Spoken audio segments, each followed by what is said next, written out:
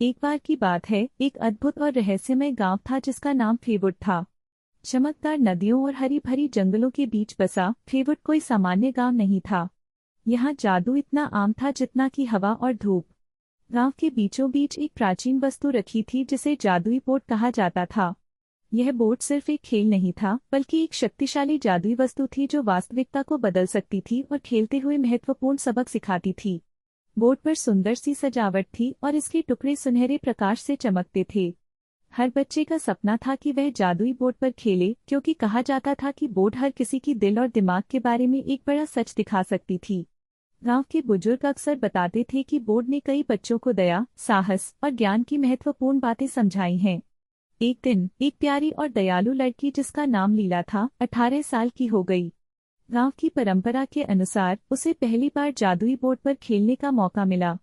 लीला की खुशी देखी जा सकती थी। उसने बोट के बारे में बहुत सारी कहानियां सुनी थी और उसे देखना था कि बोट उसे क्या सिखाएगा। लीला ने बोट के सामने बैठते ही उसकी आंखें विस्मय से चमक उठीं। बोट ने चमकना और हल्की ध्वनि के साथ एक अद्भुत रोशनी फैलानी शुरू की। बोट के टुकड़े हवा में तैरने लगे और प्रतीकों का नृत्य शुरू हो गया। बोट ने एक मधुर आवाज में कहा, लीला, खुद के अंदर की सच्चाई जानने के लिए तुम्हें 3 परीक्षणों का सामना करना होगा। प्रत्येक परीक्षण तुम्हें दुनिया और खुद के बारे में कुछ महत्वपूर्ण सिखाएगा। लीला ने उत्साह से सिर हिलाया और पहले परीक्षण का सामना किया। पहला परीक्षण, दया का परीक्षण। बोर्ड ने उसे एक दृश्य दिखाया जहां एक गांव कठिनाई में था।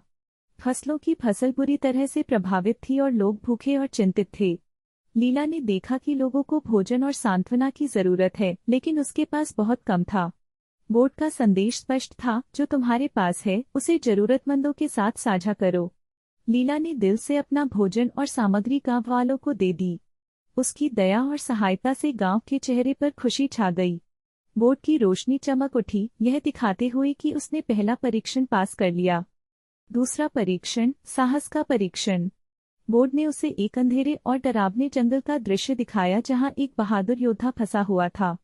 जंगल डरावना था, लेकिन लीला को योद्धा को बचाने के लिए वहां जाना था। डर के बावजूद लीला ने साहसिकता दिखाई और मुश्किल रास्तों से गुजरते हुए योद्धा को सुरक्षित बाहर निकाला। बोर्ड की रोशनी और भी चमकदार हो गई, उसके साहस को मान्यता देते हुए।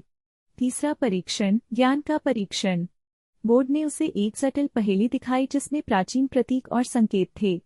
लीला ने गहराई से सोचा और धैर्य के साथ पहेली को हल किया। उसके समाधान के साथ बोर्ड से चमकदार रोशनी उभरी जो ज्ञान की प्राप्ति को दर्शाती थी। जब सभी परीक्षण समाप्त हो गए तो जादुई बोर्ड ने अंतिम बार कहा, लीला, तुमने दया, साहस और ज्ञान का परिचय दिया है। ये गुण ही असली जादू है जो दुनिया को बेहतर बना सकते हैं। लीला ने संतोष और खुशी का अनुभव किया।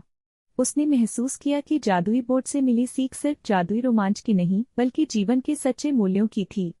उस दिन से लीला दया, साहस और बुद्धिमत्ता के लिए जानी लगी। उसने अपने अनुभवों को गांव के अन्य बच्चों के साथ साझा किया और गांव फलने फूलने लगा।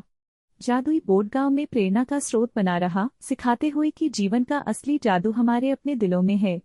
और इस प्रकार फेवुड एक जगह बनी रही जहां जादू और ज्ञान ने मिलकर एक सुंदर और खुशहाल समुदाय का निर्माण किया।